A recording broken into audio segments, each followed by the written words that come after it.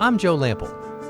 When I created Growing a Greener World, I had one goal: to tell stories of everyday people, innovators, entrepreneurs, forward-thinking leaders who are all, in ways both big and small, dedicated to organic gardening and farming, lightening our footprint, conserving vital resources, protecting natural habitats, making a tangible difference for us all.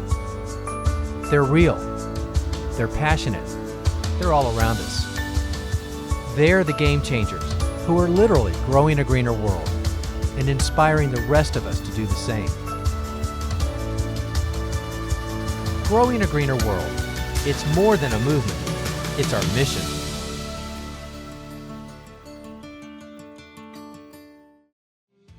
What gardener doesn't get excited about discovering a new plant or learning about a different variety?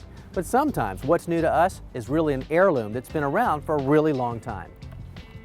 Lately, it's becoming harder to find some of those old-fashioned plants in your own neighborhood stores. That's because with today's economy, many nurseries are dropping the less profitable varieties in favor of the newer bestsellers. The result, we risk losing some of the diversity we have in those heirloom plants, which can never be brought back. But a few nurseries are working hard to not only grow out heirloom plants, but then share them with others.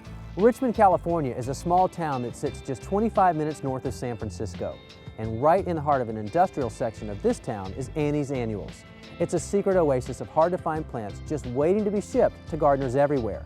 The woman behind this treasure trove is Annie Hayes, who started this business out of her own backyard and soon discovered that there was a desperate need for heirlooms that was not being filled. But her approach to the nursery business is a bit different in that she grows all of her heirlooms the old-fashioned way, by hand.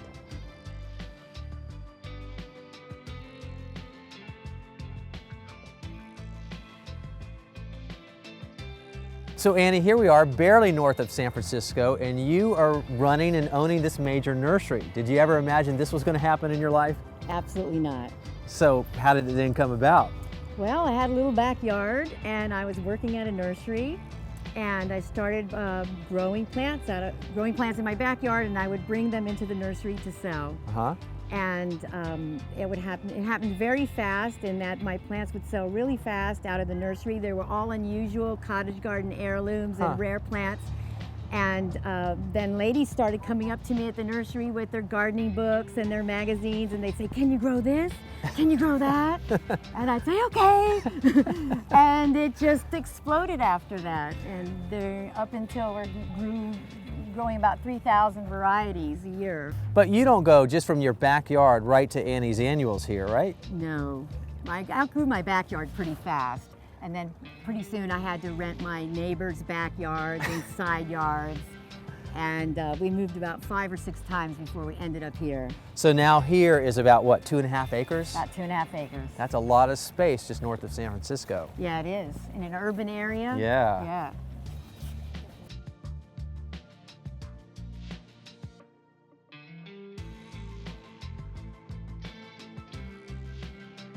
Everything is so beautiful here. You know, I spend a lot of time in nurseries, and everywhere I go, probably like you, when you get in there, you see all different sizes of plants, from the 6-packs all the way up to the balled and burlap trees. Well, at Annie's, you look around and it's just a sea of fantastic plants, but they're all in 4-inch containers. And Annie, I'm sure that's by design. What's up with that? Well, it is by design. We want gardeners to be successful. And I've gardened a long time, and what I know about gardening is that if you start a plant from a smaller size, you plant it in the ground, it will have plenty of time to put down big roots and lots of foliage before it starts to bloom. And then when it blooms, it's going to put out a lot more flowers and bloom for a much longer time. So essentially then, you're selling everything in the green state. That's right, because we want gardeners to be successful in their home gardens. And a plant like this in the small size, from experience I've learned, is that it's going to grow a lot faster, it's going to put down big healthy roots, lots of foliage, and it's going to bloom, have a lot more blooms and bloom a lot longer time than it would be if you bought a plant in the same size pot that was already in bloom. First in the growers where it was growing, and then at the nursery where you buy it. Yeah, you want all the performance to be in the garden rather than in the pot in the nursery. Exactly. And you can see an example right here. This is Nicotiana mutabilis, and you may think that this plant was planted a long time ago, but actually it was planted from a small sized pot like this, a 4-inch pot, about 2 months ago. And Wow. it's 3 foot tall and in bloom. That is fantastic. There you go. Now, speaking of that, you look around, you've got lots of choices of plants to offer. How do you decide what to sell to the customer? Well, we like to grow what I like, which is unusual plants, plants that are taller, heirloom plants, charming plants, and things that you just can't find anywhere else, and there are zillions of them. Now, you referenced heirlooms, and there are a lot of definitions to those. What is yours? Well, we generally think of them as plants that are 30 years old, that have been passed down through generations of gardeners collecting the seed. Yeah, and it's really important to perpetuate the species, because without people like you doing that, we may lose a lot of these varieties, right? That's right, and we lose them every day. In fact, we have to grow a lot of our own plants in our demonstration gardens to collect the seed from, or we sometimes have to run around to find these plants that have been lost in the seed world from people's backyards. Huh. We go around to people's backyards and we collect the seed and to keep it alive. Do they know about this, or are you just sneaking in the cover of darkness? Sometimes.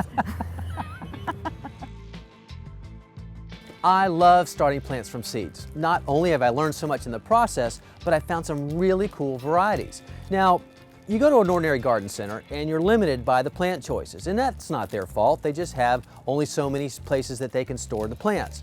But then again, this is Annie's, where 98% of the plants that are sold start from seeds inside here, and they specialize in those hard-to-find heirlooms. So you can only imagine it takes some pretty smart people to make sure that that happens properly.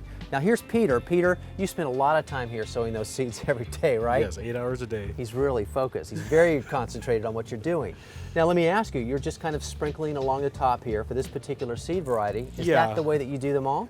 No, depending on the size of the seed. This one's a little bit small, about pepper grain size, so you have to be let with feel in regards to how many seeds per cell so you don't overcrowd your germination. And they're just going on top of the surface. Are you going to cover these This up? will be covered, yes. Okay, but that's not the case for every seed. You know, some are surface sown. Some of them you need to actually depress and have it a little bit deeper under the soil to keep moisture retention. So the point there, it's good to do your homework and a Yes. little research. Oh yes, definitely, to know the nature of the seed. Yeah, because they don't all germinate the same way. Right. Okay, let's talk about this big tub right here filled with this seed starting mix. What's in here? Sphagnum moss, vermiculite, and perlite. Okay, now it's important, this isn't just an accidental mix, these are all here for a particular reason. Why is this mix this way? A good porosity and the sterile mix for no pathogens. Okay, so you have great drainage in the peat moss, and then the expansion areas from this, what's called perlite, that helps retain a little bit of moisture and improve the drainage. So that all goes into these trays. So Yes. you use the same medium for almost all of your seeds Yeah, then? pretty much, yeah, a high percentage. Now I've noticed that you haven't watered this yet, and you have sowed in the seeds, so you're Yes, going I to water have. this later. Yeah, as soon as it goes into the greenhouse, everything gets watered, and then the maintenance process of keeping it moist. Now, most of us aren't going to have a nice greenhouse like this, but we need to cover it up to retain that moisture, correct? Yes. How long do we do that? Depending on the seed, it's good to put it in a light shade area, part sun, and basically you just keep an eye. Visually, it's the color of the soil. The drying out will have a light brown, and you want to keep it kind of on a dark brown. Good tip. I didn't know that, but one thing I did know is that once you sow these seeds and you've got the right amount of moisture in the seed starting mix, you cover it up. Hopefully, you can simplify the process and not have to go back and keep it watered. Don't put it in direct light, and if you don't have any light at all, that's okay too, because you can use those shop lights to give it just enough light until it germinates. Yeah. Okay, so these are great tips, and I'll let you get back to work because obviously you're very busy. It looks like you got a few pages of seeds or so Yes, here. I do. Okay, Peter. Every day. Thanks so much. Well, with so many different seeds and varieties being sown by Peter every day, it's no surprise Annie has such a following. I need to go find out more about that.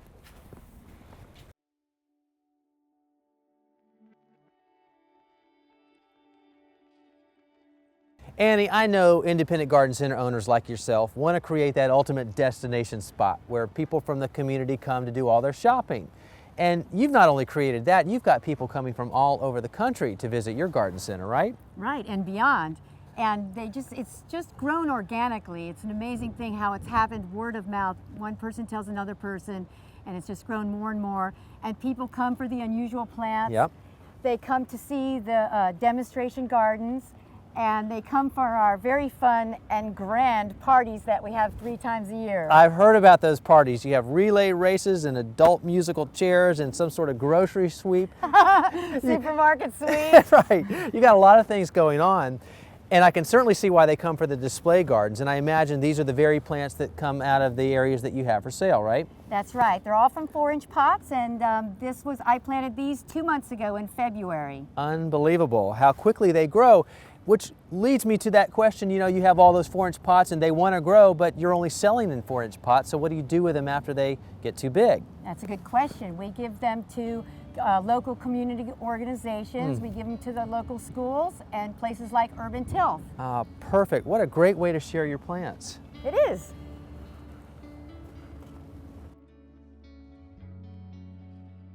Urban Tilth is an organization in Richmond, California, committed to training local youth and adults in the skills necessary to grow their own food. They have a range of K-12 urban agriculture programs and also offer free workshops to the community on gardening and sustainability. One of their projects is a series of community gardens they maintain along this bike path green space. But these gardens take on a whole new approach to the term community. There aren't any fences here, and the children of the town maintain these food plots so that people of the community can harvest anything they want at any time. How cool is that? So Doria, you're the executive director here. You have such a cool community garden project going on here. Yeah, we do actually. Thank you. Tell me about the different gardens that you have. We have 4 gardens out here on both sides of 6th Street. On the west side, we have 41 beds of edible gardens, raised beds of edible gardens, the Lincoln School Farm, which we're sitting in now, and the Lincoln Community Garden. All of these beds are open and available for community members to come out and just forage whatever they want and come and eat hearty. That's such a cool concept, though, about the community gardens, because typically, you know, the people that work the gardens are the ones that get to harvest from it. In your case, it's fair game to anyone. How did that philosophy come about? Well, as gardeners, you know that when you're growing food, you always have extra.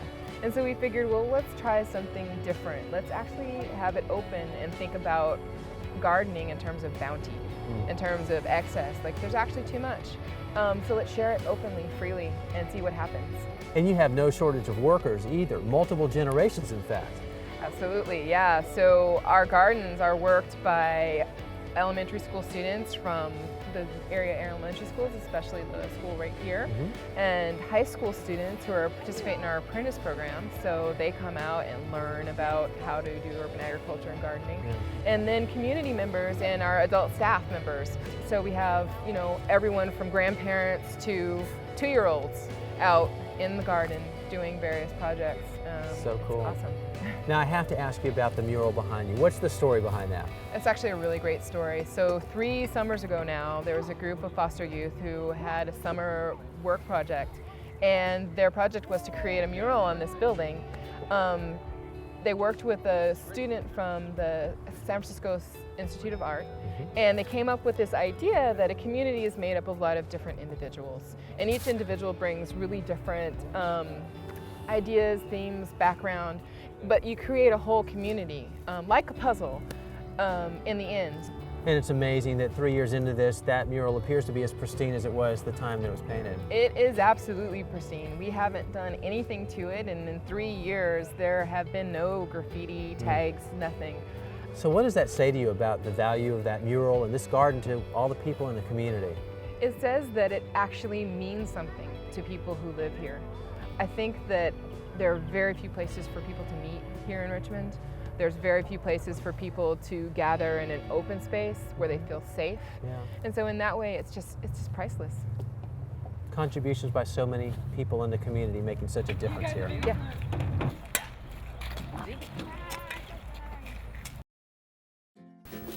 You know, I love my blender.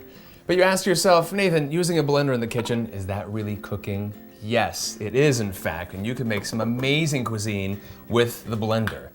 What I'm doing today, using this little gem, the tomato, midsummer just smells and tastes wonderful. But by itself, great. With supporting actors and actresses, something extraordinary. Let me show you how easy this is. Tomato, watermelon, gazpacho, right? Super easy, right in the blender, and it's a last minute wonderful dish when friends and family come over. So we'll start just by slicing up this fresh tomato, just like that.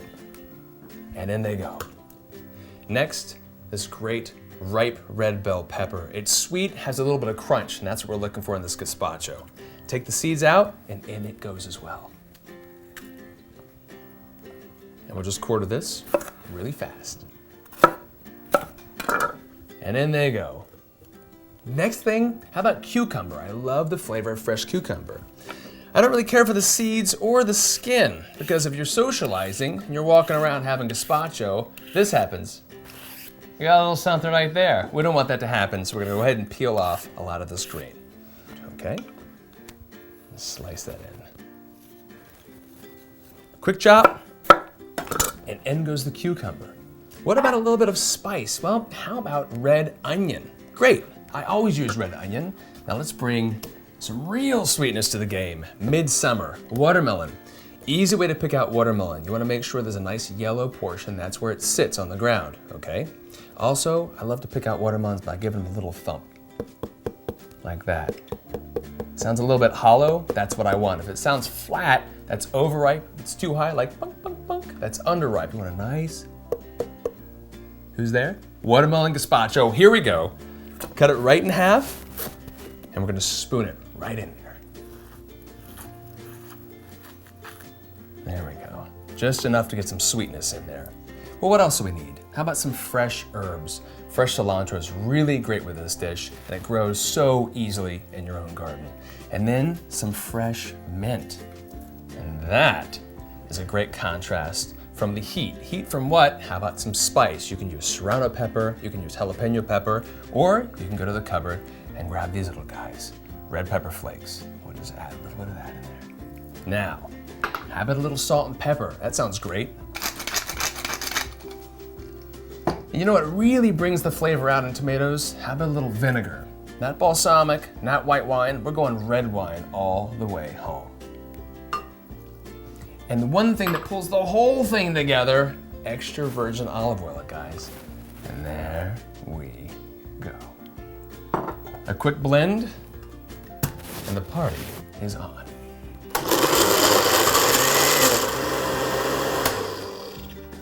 That's it. Invite the people over. But before you do, let's give it a quick taste, all right? Here we are. Yeah, we got some heat. We got the watermelon, the tomato is fantastic. A little bit of crunch still left. I'm thinking some lemon, guys. You have fresh tomatoes and fresh vegetables, salad. Lemon goes so well with all these things. So we'll throw a little bit of lemon in there. And perk the whole thing up. One more blend. Gazpacho is served. This is what I like to serve gazpacho in. Beautiful glass. Sounds kind of elegant because it is. Little pour. There we are. And how about a touch of fresh mint as a garnish? Now that is pretty darn attractive. All in just a couple of minutes using the freshest tomatoes that nature has to offer. An heirloom plant, one that's been handed down through generation to generation, has many unique qualities that made it beloved in the first place. By growing some of these old-fashioned plants in our own gardens, we help preserve some of our horticultural heritage. It's people like Annie Hayes that inspire us to experiment in our own gardens with heirlooms. And then it's organizations like Urban Tilth that pass on that enthusiasm to future generations, our children. And what could be more important than that? If you have any questions about today's show or just want to learn more, check us out on the website at growingagreenerworld.com. I'm Joe Lample. Thanks for joining us, and we'll see you back here next time for more Growing a Greener World. Diverse collections with a community in a really big way. Right, but when it comes to the, I'm like way back here. So I went In a really big way. right, but when it comes to the kitchen, I want to grow something that I can eat. So later on, I'll be sharing with you my quick and delicious recipe using my favorite fruit, tomatoes. Makes sense to me. All that and more today on Growing a Greener World. Now take these on each at the register. Okay, All right? great. All right, we're gonna, am I paying for this? Yes.